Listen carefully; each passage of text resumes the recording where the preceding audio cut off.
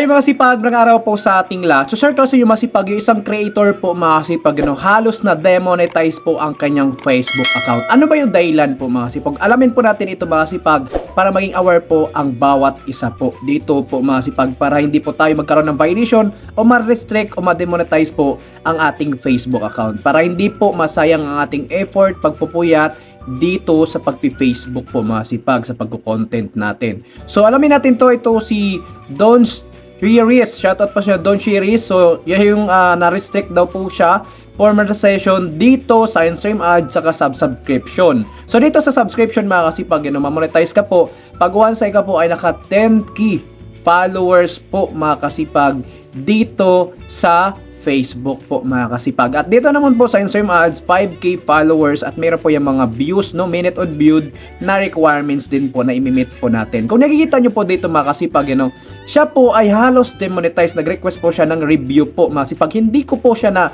contact no kung anong problems niya. Pero yan, ang may share ko lang sa inyo dito para maging aware po ang bawat isa. Isa sa dahilan kung bakit tayo na demonetize halos, bakit hindi tayo na pagkakitaan natin yung stream ads na talagang ineligible na po tayo, or talagang your ability to earn is limited because is not following our partner monetization policies. So yung mga dahilan mga kasipag sa ating mga content video na hindi po tayo nasunod sa content monetization policy po ni Facebook or dito sa kanyang partner monetization policies po mga sipag. Kinakailangan po talaga natin dito mag-comply sa policy po ni Facebook, sa content, yan, sa pakipag-social natin kay Facebook, no, as a partner monetization policy. Kinakailangan po natin dito mga kasipag na sunod tayo. Lalo pa po sa mga word po mga sipag, mag-ingat po tayo dito sa mga content na mga sunog patay, no, DT, yan mga kasipag, yung mga bata na mayroong pagbabanta, harass. So dito naman po tayo sa stars, siya po ay hindi po monetize sa stars dahil stars ineligible country. So yung mga sipag, kinakailangan po dito mga sipag, alamin nyo po talaga kung ang yung lugar, no, baka sakali naman po ay hindi yan eligible for monetize dito sa features na to, sa stars, sa ads on reels, or dito sa in-stream ads, o sa subscription, o sa live ads po, o sa bonuses. Kasi nga, hindi po eligible yung country, kasi meron po mga country na selected po mga sipag, Kung nakita nyo po dito kay Don Chiris, ang nangyari sa kanya ay nalungkot siya dahil halos demonetize, no? Talagang you can earn money from your videos. Hindi na daw po niya pagkakitaan, pati na rin po yung mga nag-subscribe, no? Nagbayad po ng monthly sa kanya ay hindi na po niya pagkakitaan. Ano ba yung mga dahilan talaga? Yun po yung mga violation dito na mga about na po dito sa partner monetization policies, community standards, sa mga content video, sa mga word, no, sa mga comments natin, mga mag-ingat tayo dyan po mga kasipag. Basta mga kasipag, lagi po sasabihin sa inyo, maging aware po kayo. Dapat alamin nyo po kung saang lugar kayo mga kasipag, Stars ineligible country, ganyan po, ineligible po, no, hindi po siya pwedeng pagkakitaan itong features na to dahil sa lugar nyo na hindi po pwede. Paano ba natin malaman kung eligible tayo dito sa stars, sa lugar natin, o dito sa ads on reels, sa in-stream ads, bonuses? Ayan, alamin natin dito po yan sa Chrome. Pwede po kayo mag-search dyan, or pwede din po doon sa inyong Facebook. So dito tayo sa Chrome. Gaya nito mga kasipag, nag-search lang po ako dito ng stars eligible country. Yan mga kasipag, lalabas na po dyan. Pagpipilian nyo na po yung site na yan kay Meta, yung kay Facebook mismo. So dito, no, Facebook stars is features that allows followers to show their appreciation for you as a creator. So dito mga kasipag, scroll down kayo, hanapin nyo po yung mga country. Yan po. Yan na po yung mga country na available, no, dito sa features na to na pwede natin pagkakitaan. Yan.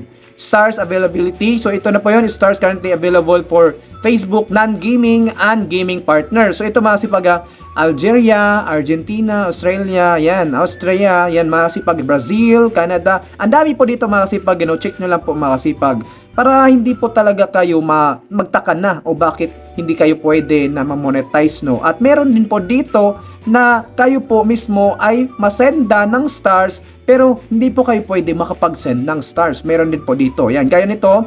So, the following countries do not support the ability to send stars. Yan, mga kasipag, Crimea, Cuba, Iran, North Korea, South Korea, Syria, Russia. Yan, mga kasipag, explore nyo lang po dito. Search nyo lang po sa Google o sa Chrome po, mga kasipag. Lalabas naman po yan pati sa ads on Rails. Yung mga search nyo lang dito, no? Then, about sa mga eligible country di sa ads on sale, SIM ads, yun, subscription, yung mga kasipag yun sa Chrome o sa Google po kayo, or meron naman po doon sa ating professional dashboard, no? Doon sa baba, explore mo lang, meron po doong mga country eligibility, no? So, yan lang po mga sipag.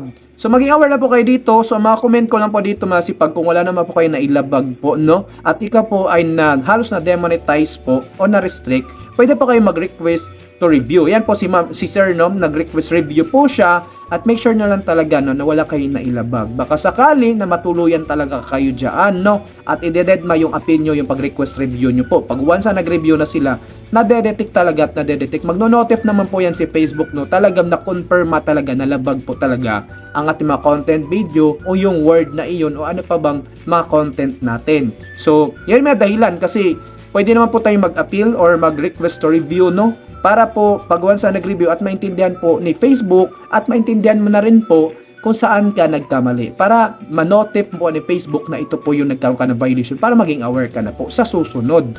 No, ganun po. At minsan, nagkakaroon din to ng misinterpret po si Facebook, no, nagkakamali din po iyan. Then, ikaw po na-restrict niya na demonetize. Mga kasipag, nagkamali pa pala si Facebook doon kasi nag-appeal ka, nag-concern ka, nagpa-request review ka, then nagkamali lang pala si Facebook. Meron pong ganun talaga, misinterpret, no, si Facebook. So, yan lang po masishare ko sa inyo dito mga kasipag. Sana po meron kayo natutunan sa content video na po at sana po nakatulong. At kung nagustuhan nyo itong video mga sipag, pasupport naman po sa ating YouTube channel o TV po mga sipag, no? Kung hindi pa po ikaw nakasubscribe mga sipag, pasubscribe naman po. At sama nyo po ang ating Facebook page mga sipag. Kuikas TV din po mga sipag, follow na rin po mga sipag. At kung meron ka suggestion at katanungan, mag-comment down below sa baba mga sipag. At huwag na rin po kalimutan mag-like and share. Mga sipag, maraming salamat sa panonood. Have a nice day and God bless all.